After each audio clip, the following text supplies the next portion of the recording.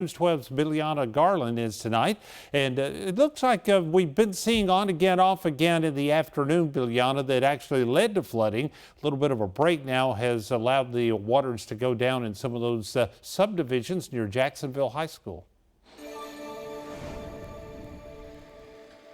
Donnie, like you said, it has been on again, off again here in Jacksonville. I've been driving around all day just seeing where the flooding is, and right now I'm on Tweed Drive, and that's where I saw the majority of the flooding. I mean, they even use these blockers here to block off the roads. Now, since it's only really drizzling, the water dried up mainly. I mean, there's still a few puddles here and there that people driving the cars are trying to avoid, but otherwise it looks completely different. I mean, before it was ankle to calf deep, so now that's changed, but we don't know how that's going to look again in the morning.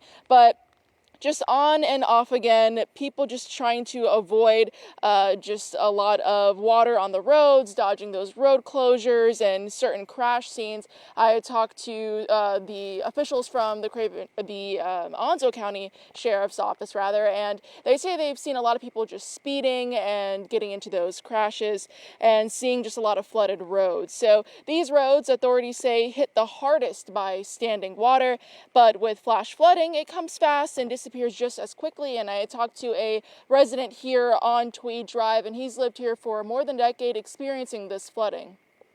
I guess the sewer lines are not wide enough, or they're not up to date to be able to take all the water.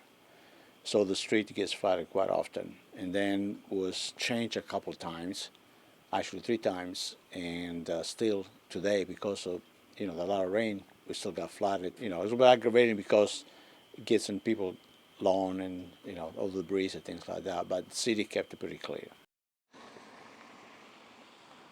And a reminder from authorities to turn around, don't drown. So don't drive through that standing water that you see on the roads. Try to avoid it. And don't forget that in North Carolina law, it requires headlights on when using your windshield wipers. So be sure not to forget about that. But there's still no word on what's happening with schools in the morning. So be sure to check the Onslow County Schools social media pages to see for any updates, and even calling the school if you're unsure. And we plan to have more updates for you coming in the morning. And it's even now I can tell that it's starting to pick up a little bit more with the rain. So we're not sure how it's going to look down here in the morning time, but we'll be sure to provide you with those updates. Live in Jacksonville, I'm Biljana Garland reporting for News 12.